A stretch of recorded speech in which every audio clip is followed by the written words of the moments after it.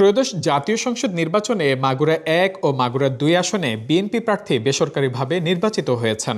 Vote গণনা সম্পন্ন করে সংশ্লিষ্ট রিটার্নিং কর্মকর্তারা তাদের বিজয়ী ঘোষণা করেন।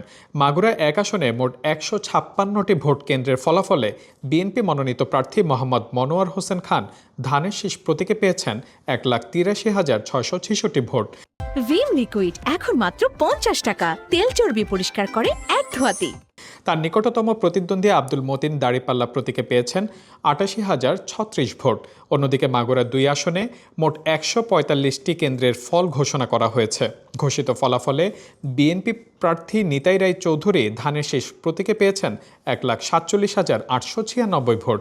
তার প্রতিদ্বন্দ্বী মোহাম্মদ মুশতার শেদ বিল্লাহ দাড়িপাল্লা প্রতীকে পেয়েছেন ১,১৭,০১৮ ভোট।